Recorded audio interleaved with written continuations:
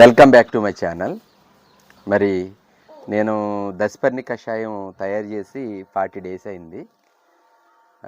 ఇప్పుడు అది వడగట్టి దశపర్ణి కషాయాన్ని ఈరోజు స్ప్రే చేస్తాను.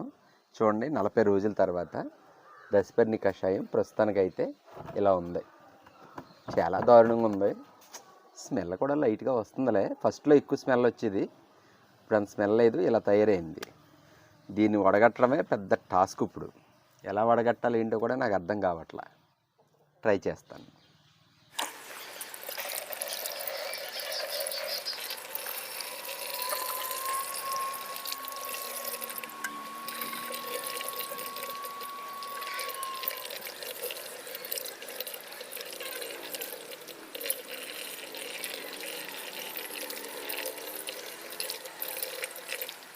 ఇది వడగట్టడం అనేది పెద్ద టాస్కే. క్లాత్ అయితే పని చేయట్లేదు.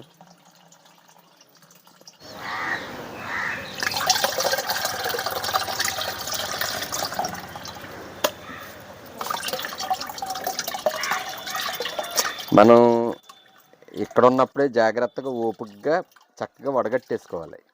ఇలా వడగట్టుకోవడం వల్ల మన పైన గార్డెన్లోనూ మనం స్ప్రే చేసుకునేటప్పుడు మనకి ఈజీగా ఉంటుంది.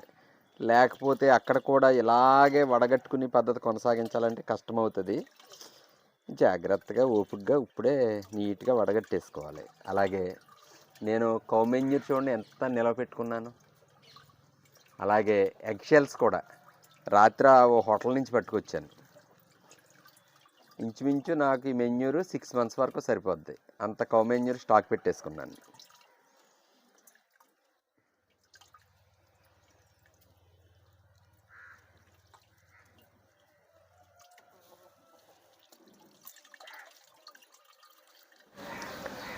ఇలా వాటర్ బాటిల్స్లో స్టాక్ చేసుకుంటాను. అంటే ఇది వడగట్టుకోవడానికి ఏమీ అవైలబుల్గా లేదు. మా ఇళ్ళలో బాటిల్ కోసి ఇందులో కవర్ పెట్టి దానికి ఇలా కింద చిల్లు పెట్టింది. చిల్లు పెట్టి అలా పెట్టండి అనేసి అంది. అబ్బో, సక్సెస్ రాణి. వావ్.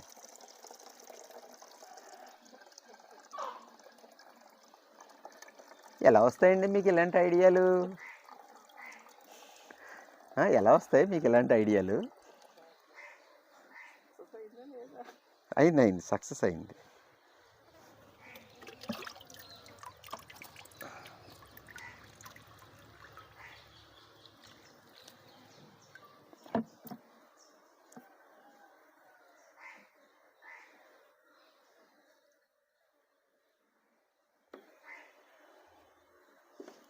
ఇలాగ బాటిల్లో వేసేసుకుని స్టాక్ పెట్టేసుకుంటాను. డాడీ ఇంకో బాటిల్ ఇలాగే డాడీ.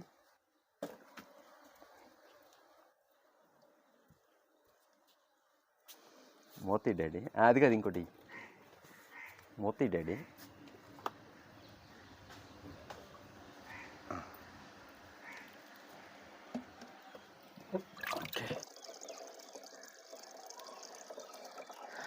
ఇది స్మెల్, ఇది ఈ బాధ కన్నా అసలు నా గార్డెన్లో పెస్ట్ కంట్రోల్ అవుతుందన్న ఆనందమే ఎక్కువగా ఉంది నాకు.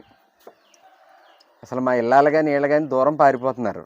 నాకు ఈ స్మెల్ కన్నా గార్డెన్లో ఉన్న పెస్ట్ మీదే అమ్మయ్యా పెస్ట్ కంట్రోల్ అయితే చాలా హ్యాపీ అన్నట్టు ఉంది నాకు. ఏంటో ఈ మొక్కల పుణ్యమని అలాంటి మనిషిని ఇలా అయిపోయాను. ఏంటి కషాయానికి ఈగలు వస్తున్నాయేంటి? ఓ, బెల్లం అది వేసాం కదా. మధ్యలో చిన్న హార్వెస్ట్ దొండ.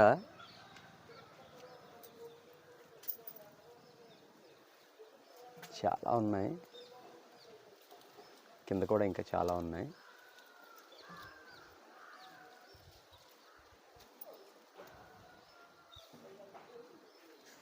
హార్వెస్ట్ చేయండి ఎల్లాల్ గారు.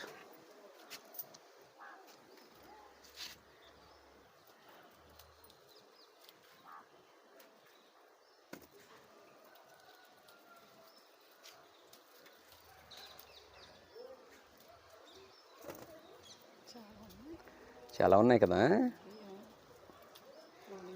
జస్ట్ కోసి 4 days అయిందా? 4 days అయింది కోసి. ఆల్రెడీ నిన్నే దొండకే ఉండింది మా ఇళ్ళలో, మళ్ళీ స్టార్ట్ అయిపోయినాయి.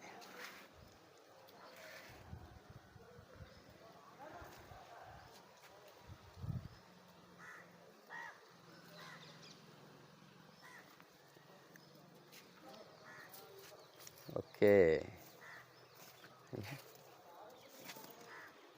సరిపోతాయి. గుత్తి పేరు చూడండి, చాలా బాగున్నాయి. గుత్తిబీర సూపర్గా వచ్చినాయి. అవి ఉంచే సీడ్స్ ఉంచే ఎవరన్నా అడిగితే ఇవ్వచ్చు.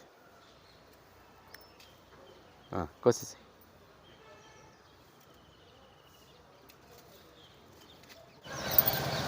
ఇదో గుత్తిబీర. ఇక్కడ కూడా బాగానే వచ్చినాయి ఫ్రూట్స్.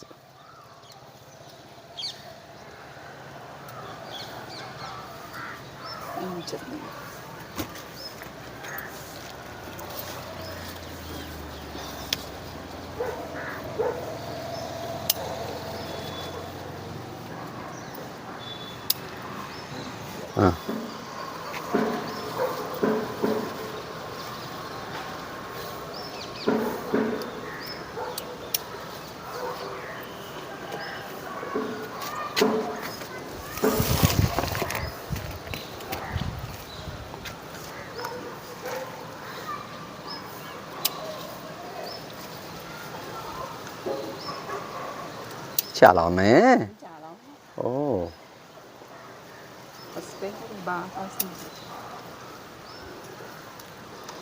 ఈ గుత్తిబీర ఎక్కువ కాసేయడం వల్ల మా అబ్బాయి గుత్తిబీర వండితే కనుక కుదరదు అంటున్నాడు.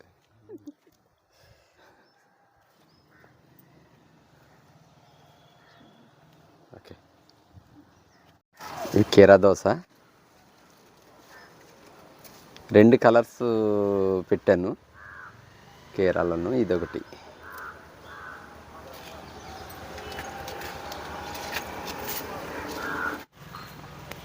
తోటకూర అండి, మొక్క తోటకూర ఎంత బాగుంటుందంటే కూర వండుకున్న టమాటా వేసి పప్పులో వేసిన అసలు ఎంత టేస్ట్గా ఉంటుందంటే చాలా బాగుంటుంది.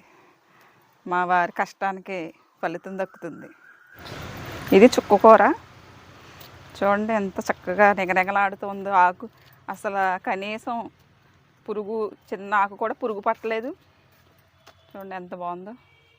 అసలు వండుకుంటే ఎంత టేస్ట్గా ఉంటుందంటే పుల్ల పుల్లగా చాలా బాగుంటుంది.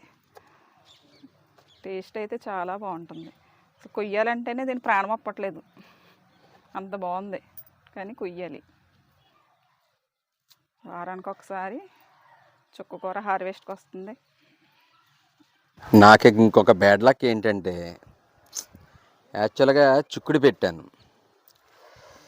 నేను. విత్తనాలు సీడ్స్ మొత్తాన్ని మిస్ అయ్యాను. నేను యాక్చువల్గా చెట్టు చిక్కుడి విత్తనాలు పెట్టకపోయి మామూలు పాదు చిక్కుడు పెట్టేశాను. ఇది పాదు చిక్కుడు అయిపోయింది, చెట్టు చిక్కుడు అవ్వలేదు. నా బ్యాడ్ లక్. ఇది పాలకూర. మొత్తానికి ఏదో పురుగు దాడి చేస్తుంది. 2 రోజుల నుంచి మొత్తం వెతుకుతున్నాను, పురుగు అయితే కనిపించలే. రాత్రి 7 తర్వాత గార్డెన్లోకి వచ్చాను, 8:30 ఆ టయానికి. అప్పుడు దొరికినాయి 2 పురుగులు. 2 పురుగులు 3 daysలో నా గార్డెన్ మొత్తం పాలకూర మొత్తం ధ్వంసం చేసినాయి. ఆకులు బాగున్నాయి, కొయ్యరని. మొత్తానికి నైట్ టైం వస్తే దొరికినాయి. జస్ట్ 2 మొక్కలే ఉన్నాయి. ఇంకా రేపు సాంబార్ పెడుతుందంట మా ఇళ్ళలో, సాంబార్లో కోసేస్తుంది. ఏయ్, ఓకే, మంచి సైజు. ఇది ఈవేళ మాకున్నటువంటి హార్వెస్ట్. అలాగే నా వీడియో కనుక మీకు నచ్చినట్టయితే లైక్ చేయండి, షేర్ చేయండి, సబ్స్క్రైబ్ చేయండి, అలాగే బెల్ ఐకాన్ ప్రెస్ చేయండి. Thank you very much.